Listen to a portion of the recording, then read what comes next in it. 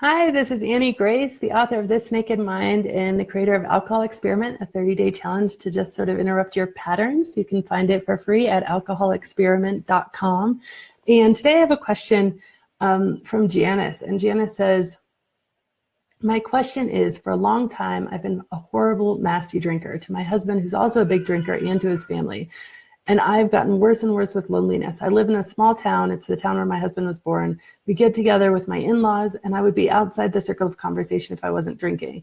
I watched my husband's glass never be empty, and it would always get messy. I would get annoyed even more if he was leaving me out because I wasn't drinking, and it slowly got worse. I did abstain for 7 whole years, but I drank on holidays, and that was moderate for me, but I slid back in 4 or 5 years ago. Then mid-November, I went back to polishing off 3 bottles of wine at night, and sometimes more during the day. The big turning point was now this has moved to the next generation, and I have seen this with my kids.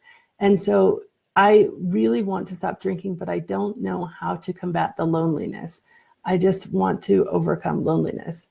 And actually, I'm going to answer I get this question twice. There's another question, and it says, hi, Annie, I have a very empty life, no partner, no kids. My mom is 85. She's the closest person to me. I dread the time when she's not here with me. I feel so unfulfilled that I drink to numb the void inside me, and I cannot see a way out of this repetitive behavior. So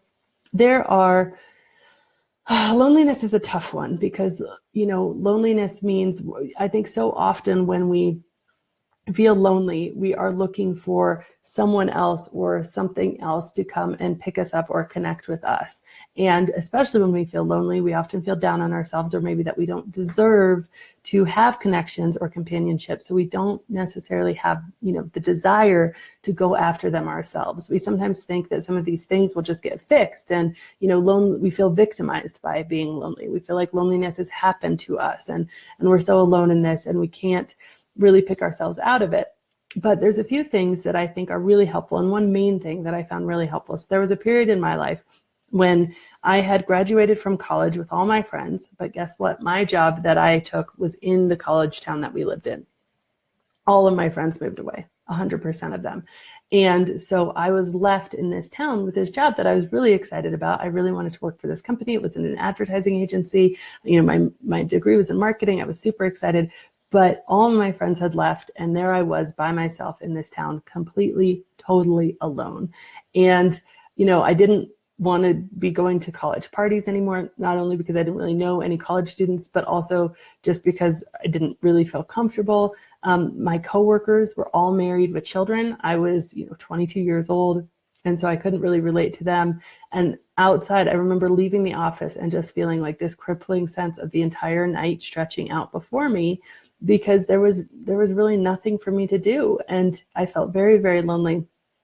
And I had read something somewhere, you need to give what you are seeking to get. So if you want love in your life, you become loving. If you want people to do things for you, you start to do things for other people. And so I thought, okay, well, that's interesting. And I decided to go and take a shot at volunteering. And so I did a few different volunteer things. I did a food bank here and there, but the most profound thing that I did is I signed up at a homeless shelter. And so 2 to 3 nights a week, I would go to this homeless shelter, and for 3 to 4 hours, I would check people in who needed a place to stay. And to check them in, you had to do certain criteria, like they had to meet certain criteria or whatever, and you did an intake form, and you'd welcome them in, you'd provide them sheets and whatever the case is, and then check the next person in. So you'd sit at this desk, and you were often with another person at the desk for 3 to 4 hours. And what this did, it was phenomenal, the change that happened in my life because of this. A few things. Number one, when you are checking people into a homeless shelter, you cannot help but feeling grateful for the fact that, yeah, maybe I don't have any friends, but I have a roof over my head. I have a job. I have the ability to go to the grocery store and buy myself food. And that attitude of changing to gratitude rather than feeling sorry for myself, which is this place I was really stuck in. I was stuck in feeling like, oh, geez, everybody left, and here I'm by myself, and blah, blah, blah. And like just feeling so sorry for myself, to really actually feeling very grateful for what was going on in my life was huge. It was completely profound. It changed my entire perspective. And then I started making really, really cool and unique friendships. People are not homeless because you have this idea of what a homeless person is going to be like because of conditioning or whatever. And I just ended up meeting some of the coolest people who had been down on their luck, or who something very bizarre had happened, or who, yes, were addicted to something and couldn't get out of it, but they were just amazing people.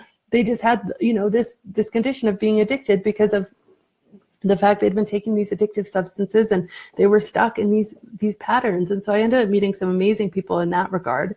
And then also the people who are volunteering alongside of you when you're volunteering, they're incredible people. They're not people who are, out at the bar or doing this other stuff, and not saying that people out at the bar aren't incredible people, but people who are saying, what I want to do with my night this evening is give it back to other people. I want to be completely selfless and give time back. You end up meeting phenomenal human beings when you're volunteering. And there are volunteer opportunities everywhere. And I have to say that in order for me to cure my loneliness at that point in my life, this was huge. And I've gone on to do all sorts of volunteering ever since. I ended up moving to a new city, and I found an opportunity to prepare taxes in Spanish for people. And because I spoke Spanish, and that was a huge need in the city, I ended up doing things even internationally, where we would go to different, went to Honduras and installed some clean water wells in order to get people clean water. And just these things of really connecting with people who I didn't know, who I've since formed lifelong relationships because we were there doing the same thing. And one of the biggest human needs that we have is this need to contribute. And it so often gets, glossed over by our other needs, our needs for significance, or our need to feel loved, or our need to, these other things that are really valid. But actually this need to contribute, when you're contributing, when you're pouring yourself out for other human beings and giving completely of yourself, all that other stuff happens. You become loved, you become significant, you get filled up in ways that you can't even imagine. And so I would just encourage anybody who's really struggling with loneliness, especially loneliness because, you have a lot of time in your life where you're not drinking, is to find a volunteer opportunity. I mean, there's so many, and you could volunteer, at a animal shelter. You could volunteer, picking up trash with people. You could volunteer, at a food bank or at a homeless shelter. And there's always opportunities. There's always a need. And it, by far in my life, has been the absolute cure for one of the loneliest periods of my life. So it's a great question.